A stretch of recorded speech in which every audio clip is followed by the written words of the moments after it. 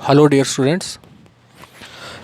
इस लेक्चर में हम डिस्कस करेंगे हाइजेनबर्ग अनसर्टेनिटी प्रिंसिपल को।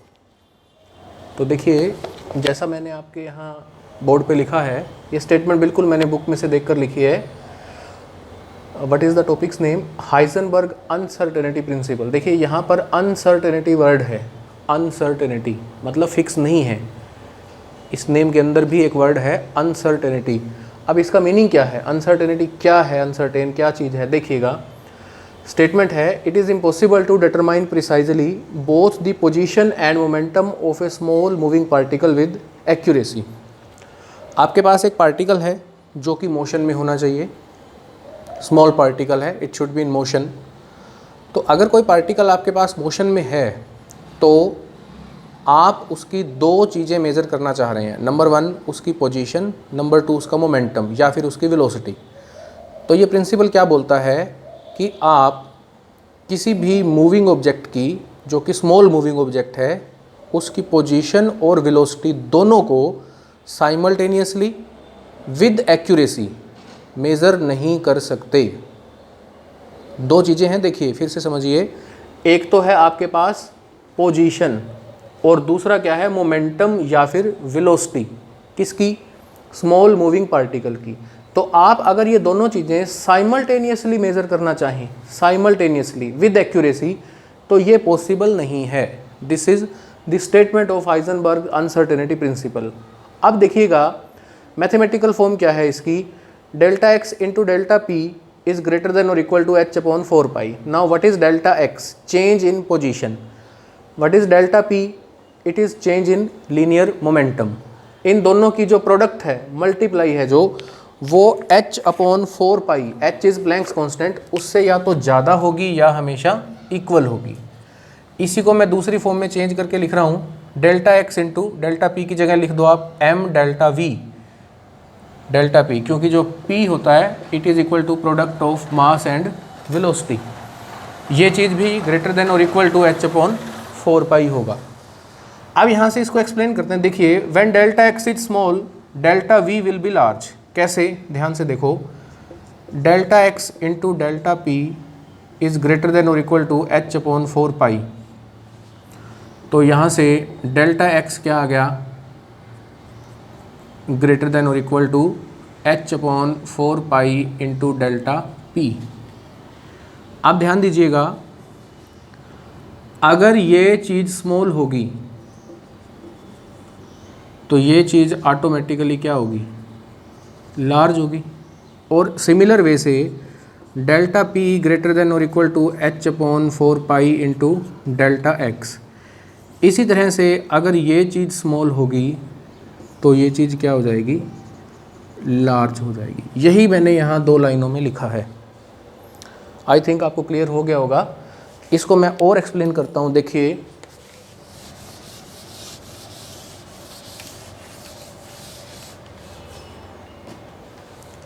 जैसे मैंने लिखा delta x into m delta v greater than और equal to h upon 4 pi. अब समझिए, suppose delta x tends to 0। Delta x tends to 0 का मतलब क्या है? कि चेंज इन पोजीशन है वो 0 को टेंड कर रही है। इसका मतलब, इसका सीधा सा मतलब है इसका कि पोजीशन इज ऑलमोस्ट एक्यूरेट। तो यहाँ से डेल्टा वी की वैल्यू क्या आ गई? H upon 4 pi into delta x into m. अब ध्यान दो, ये चीज़ अगर 0 को टेंड कर रही है, 0 को अप्रोच कर रही है, तो इसका मतलब डेल्टा वी जो है वो इन्फिनिटी को अप्रोच कर रहा है। डेल्टा वी क्या है? Change in velocity. या फिर एम डेल्टा वी क्या है? Change in momentum. मतलब एक चीज़ जितना एक्यूरेट होती जा रही है, दूसरी चीज़ में अनसर्टेनिटी उतनी बढ़ती जा रही है। तो देखिए, हम दोनों को साइमल्टेनियसली मेज़र नहीं कर सकते। ठीक है, ये इस प्रिंसिपल के अंदर बताया गया है। अब समझिए इसका फिजिकल सिग्निफिकेंस। तो सिग्निफिकेंस क्या है? देखो, आप एक बात को समझिए, हमारे पास कोई भी एक मूविंग पार्टिकल है। Suppose we have any moving particle. जो मूविंग पार्टिकल है हमारा, उसके ऊपर हमने क्या किया? लाइट को स्ट्राइक करवाया। किसको स्ट्राइक करवाया? लाइट। जैसे सपोज करो सर्कुलर ट्रैक है, यहाँ पर कोई ये आपका पार्टिकल है जो मोशन में है, इसके ऊपर आपने लाइट को स्ट्राइक करवाया, तो लाइट के अंदर जो पार्टिकल होंगे, लाइट के जो पार्टिकल होते हैं उनको हम क्या बोलते हैं? फोटोन। अब देखिए फोटोन क्या है? It is very small particle. अगर हमारा मूविंग पार्टिकल लार्ज है या हैवी है, मासिव ऑब्जेक्ट है, उसके ऊपर अगर कोई स्मॉल पार्टिकल आके स्ट्राइक करेगा भी, तो उससे जब उसकी कोलिजन होगी, जब वो स्ट्राइक करेगा स्मॉल पार्टिकल किसी मासिव ऑब्जेक्ट पे, तो क्या फ़र्क पड़ेगा? कोई फ़र्क नहीं पड़ेगा उसके ऊपर। इसका मीनिंग क्या है कि जो मैक्रोस्कोपिक ऑब्जेक्ट्स हैं उनकी वेलोसिटी पे या उनके मोमेंटम पे या उनकी पोजीशन पे स्मॉल पार्टिकल के इंसिडेंस का, स्मॉल पार्टिकल के कोलिजन का कोई इफेक्ट नहीं पड़ता। तो क्या हाइजेनबर्ग प्रिंसिपल मैक्रोस्कोपिक बॉडीज़ के लिए एप्लीकेबल है? फिर बिल्कुल नहीं। ये किन के लिए एप्लीकेबल है? माइक्रोस्कोपिक बॉडीज़ के लिए। देखो ये है आपके पास सपोज कोई भी फोटोन, ये है कोई भी मासिव ऑब्जेक्ट, तो जब ये फोटोन इस पे कोलाइड करेगा तो मासिव इफेक्ट, इस पे क्या इफेक्ट पड़ेगा ऑब्जेक्ट पे? No effect on its position and momentum. ठीक है, तो मैक्रोस्कोपिक बॉडीज़ पे तो कोई इफेक्ट नहीं पड़ेगा। ये मैक्रोस्कोपिक है, मैक्रोस्कोपिक। और in the very similar way, अगर आप यहाँ पर मासिव ऑब्जेक्ट की जगह कोई स्मॉल ऑब्जेक्ट ले लेते हैं, स्मॉल ऑब्जेक्ट क्या है? जैसे कि आपके पास सपोज करो ये माइक्रोस्कोपिक ऑब्जेक्ट हो गया, माइक्रोस्कोपिक ऑब्जेक्ट सपोज करो इलेक्ट्रॉन हो गया। अब ये जो फोटोन इस पे कोलाइड करेगा, इस पे स्ट्राइक करेगा, तो इसका मतलब इलेक्ट्रॉन की पोजीशन और मोमेंटम दोनों पे इफेक्ट पड़ेगा। जब दोनों पे इफेक्ट पड़ेगा तो इसका मतलब हाइजेनबर्ग प्रिंसिपल किस पे बेस्ड हुआ या किस पे सिग्निफिकेंट हुआ? It is significant to microscopic objects only, not on macroscopic objects. Okay, अब देखिए इसके कुछ न्यूमेरिकल डिस्कस करते हैं। न्यूमेरिकल भी एग्ज़ाम के अंदर पूछ लिए जाते हैं। तो न्यूमेरिकल है, calculate the uncertainty in the velocity of an electron if the uncertainty in its position is 1 angstrom. देखिए delta x is given 1 angstrom for an electron, ये गिवन है। कैलकुलेट डेल्टा वी, ये आपको निकालना है। ठीक है जी। अब देखिए ध्यान से समझिए बात को। डेल्टा एक्स गिवन है 1 एंगस्ट्रॉम। 1 एंगस्ट्रॉम को आप पहले मीटर में कन्वर्ट कर लीजिए, ये हो गया 10⁻⁻10 मीटर। ठीक है बात। डेल्टा वी आपको निकालना है। डेल्टा एम हो गया, एम इलेक्ट्रॉन का मास 9.1 × 10⁻31 किलोग्राम। अब एच की वैल्यू क्या होगी? 6.62 × 10⁻34 किलोग्राम मीटर स्क्वायर पर सेकेंड। ये हमारे पास एच की वैल्यू हो गई। फार्मूला में वैल्यू पुट कर दीजिए, delta x into m delta v greater than और इक्वल टू h/4 पाई। तो डेल्टा वी क्या आ गया? h/4 pi m delta x. तो डेल्टा वी एच की वैल्यू 6.62 × 10⁻34 किलोग्राम मीटर स्क्वायर पर सेकंड।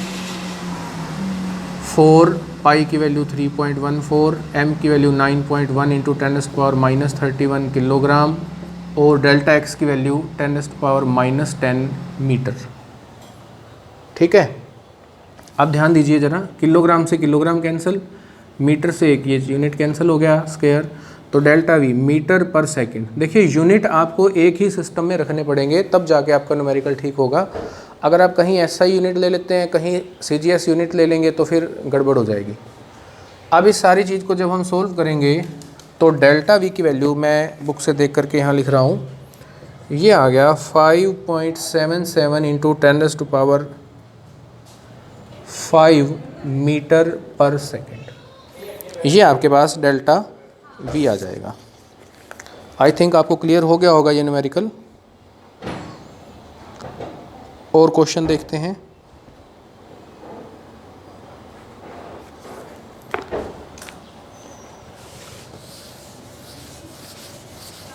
इसी तरह का एक और क्वेश्चन है, देखिए, अनसर्टेनिटी इन पोजीशन।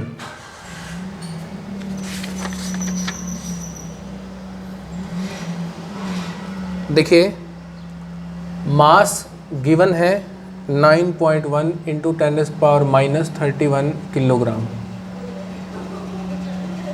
गिवन है ये। वेलोसिटी गिवन है 300 मीटर पर सेकंड और अनसर्टेनिटी इन वेलोसिटी ये गिवन है 0.0001%।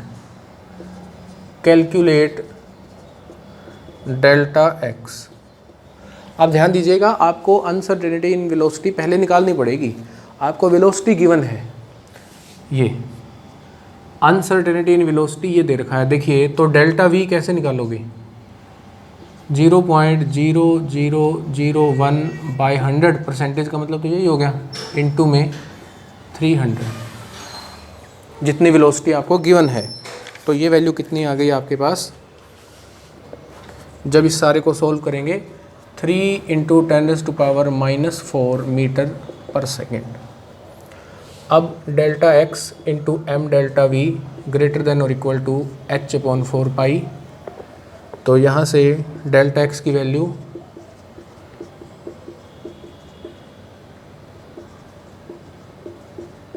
बिल्कुल सेम है जैसे हमने लास्ट न्यूमेरिकल किया है।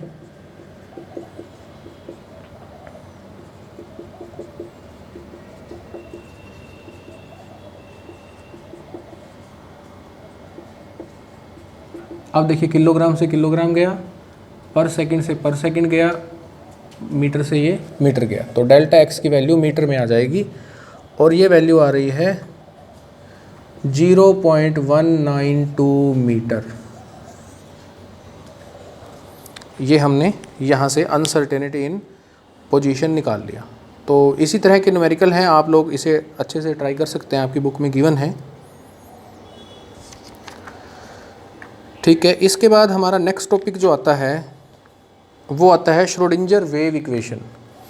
तो देखिए, हमारे पास दो तरह की मैकेनिक्स होती है, एक होती है क्लासिकल मैकेनिक्स, एक होती है quantum mechanics.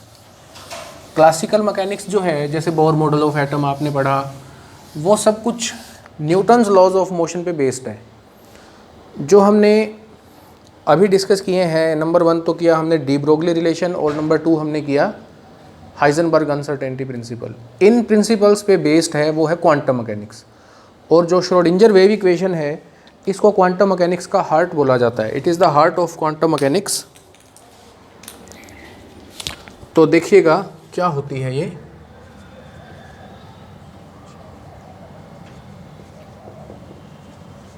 Schrodinger wave equation, short form में इसको ऐसा भी लिख सकते हैं,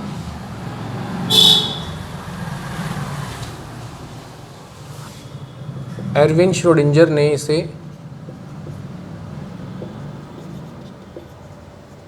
1926 में दिया था। तो क्या है equation? Curly square psi by curly x square plus curly square psi by curly y square plus curly square psi by curly z square plus 8 pi square m by h square E minus V psi is equal to 0। यहाँ ना ध्यान से समझिएगा, terminology समझिए पहले। X Y Z है जो वो स्पेस कोऑर्डिनेट्स हैं। यहाँ जो मैंने लिखा है ना, ये जो टर्म है second order derivative, partial derivative है with respect to x, similar way से ये है with respect to y, similar way से ये है with respect to z। Second order partial derivative है। देखिए साई है जो साई, इट इज़, यहाँ p साइलेंट है, इसको वेव फंक्शन बोलते हैं, वेव फंक्शन। और जो साई होता है it is a function of distance, coordinate and time. तो जो r वेक्टर होता है इसको आप x i plus y j plus z k, ये जब आपने वेक्टर्स पढ़े होंगे तो आप लिखते हैं ऐसा। I simply mean to say psi is a wave function, उस वेव फंक्शन का सेकेंड ऑर्डर पार्शियल डेरिवेटिव है विद रिस्पेक्ट टू x। ये टर्म सिमिलर वे से पार्शियल डेरिवेटिव है second order with respect to y, ये with respect to z। 8 pi square, pi same, m mass किसका, electron का, h Planck's constant, E total energy of the system, V is the potential energy, E total energy, V potential energy, Sai again wave function, ये सारी चीज़ zero के equal है।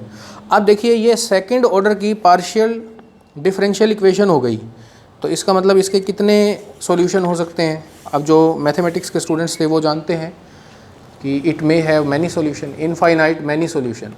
तो इसके जो solution हैं इस श्रोडिंजर वेव इक्वेशन के, वो इनफाइनाइट मैनी सॉल्यूशन हो सकते हैं, infinite many solutions, it may have infinite many solutions. तो इनफाइनाइट सॉल्यूशंस में से कौन से सॉल्यूशन ऐसे होंगे जो एक्सेप्टेबल हैं और कौन से ऐसे होंगे जो एक्सेप्टेबल नहीं हैं। तो कुछ बातें मैं आपको बता रहा हूँ। एक्सेप्टेबल वेव फंक्शन कौन कौन से होते हैं, उनके लिए एक्सेप्टेबल वेव फंक्शन जो होंगे उनके लिए क्या है कि Sai must B single valued finite continuous wave function, finite single valued और कॉन्टिन्यूस वेव फंक्शन होना चाहिए, पहली कंडीशन। दूसरी कंडीशन है साई जो है इट मस्ट बी नॉर्मलाइज्ड। अब नॉर्मलाइजेशन के बारे में आप फाइनल ईयर की क्लास में जब क्वांटम मैकेनिक्स पढ़ेंगे तो बहुत डिटेल से पढ़ेंगे। मैं आपको बिल्कुल जनरल सा हिंट दे देता हूँ। नॉर्मलाइजेशन का मीनिंग क्या है, देखिए हम लोग बोलते हैं ऐसा कि साई का कोई फिजिकल सिग्निफिकेंस नहीं है। साई स्केयर, साई का जब स्केयर करेंगे तो उसका फिजिकल सिग्निफिकेंस है, वो क्या है, प्रोबेबिलिटी फंक्शन है। किसी भी गिवन स्पेस में इलेक्ट्रॉन के होने का जो प्रोबेबिलिटी बताता है वो हमें साई का स्केयर बताएगा। तो नॉर्मलाइज जो होता है ना, उसका मतलब होता है integration -∞ to +∞ psi star d tau, ये 1 होना चाहिए। इसका मतलब नॉर्मलाइज्ड वेव फंक्शन के कोरस्पॉन्डिंग जो प्रोबेबिलिटी है वो 100% होनी चाहिए, वो होता है नॉर्मलाइज्ड वेव फंक्शन। और थर्ड कंडीशन है, जो थर्ड कंडीशन वो क्या है, psi must be 0 at infinity. जो भी वेव फंक्शन इन कंडीशंस को सेटिस्फाई करता है वो हम बोलते हैं श्रोडिंजर वेव इक्वेशन का एक्सेप्टेबल सॉल्यूशन है। और ऐसे सॉल्यूशन को बोलते हैं आइगन फंक्शन। क्या बोलते हैं, आइगन फंक्शन। अब देखिए यहाँ पर हमें ये जो फैक्टर है ये एनर्जी के बारे में बता रहा है। देखो ये टोटल एनर्जी है, ये पोटेंशियल एनर्जी है। मतलब जब आप इसको सोल्व करोगे तो आपके पास एनर्जी की ही वैल्यूज़ आएंगी। क्या आएंगी, एनर्जी की वैल्यूज़। उनको बोलते हैं आइगन वैल्यूज़ ऑफ एनर्जी। क्या बोलते हैं, आइगन वैल्यूज़ ऑफ एनर्जी। ठीक है, तो ये है हमारा Schrödinger wave equation, significance of Sai and Sai square. तो नेक्स्ट लेक्चर में हम डिस्कस करते हैं क्वांटम नंबर्स के बारे में। मैं उससे पहले आपको ऑर्बिटल के बारे में भी बता देता हूँ। देखिए मैंने आपसे एक बात कही कि नॉर्मलाइज्ड वेव फंक्शन क्या है, और इसी तरीके से मैं एक चीज़ और डिस्कस करता हूँ, ऑर्थोगोनल वेव फंक्शन भी क्या है। देखिए दो कंडीशन मैं यहाँ लिखता हूँ, ध्यान से समझिएगा।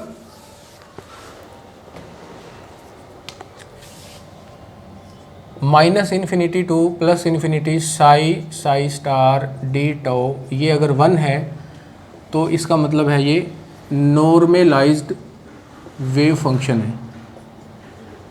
ऐसे ही अगर आप माइनस इन्फिनिटी से प्लस इन्फिनिटी साई आई साई जे डी टाउ लेते हैं, ये अगर ज़ीरो आ गया तो ये ऑर्थोगोनल वेव फंक्शंस होते हैं। अब यहाँ पर एक बात ध्यान रखिए, यहाँ पर जो मैंने नॉर्मलाइज्ड में लिखा, आप साई आई साई स्टार आई लिख सकते हैं, मतलब यहाँ पर ये वेव फंक्शन नॉर्मलाइज्ड होगा। यहाँ पर देखो मैंने आई और जे दो लिखे हैं, इसका मतलब क्या है कि both the wave functions are orthogonal to each other. Okay, अब देखिए ये फंक्शन प्रोबेबिलिटी को बता रहा है, तो साई साई स्टार प्रोबेबिलिटी के बारे में बता रहा है। प्रोबेबिलिटी किस चीज़ की? To find the electron in a given region. और जहाँ पर साई साई स्टार की वैल्यू मैक्सिमम होती है, क्या होती है? मैक्सिमम, उसी को हम क्या बोलते हैं? ऑर्बिटल बोलते हैं। This is the concept of orbital. सिर्फ इतनी सी बात है। देखिए, जिस पर्टिकुलर रीजन के अंदर इलेक्ट्रॉन के होने की प्रोबेबिलिटी क्या होगी? मैक्सिमम होगी, उसको हम बोलते हैं that space, that region is known as atomic orbital. ठीक है, तो नेक्स्ट लेक्चर में हम लोग क्वांटम नंबर्स डिस्कस करते हैं। Thank you.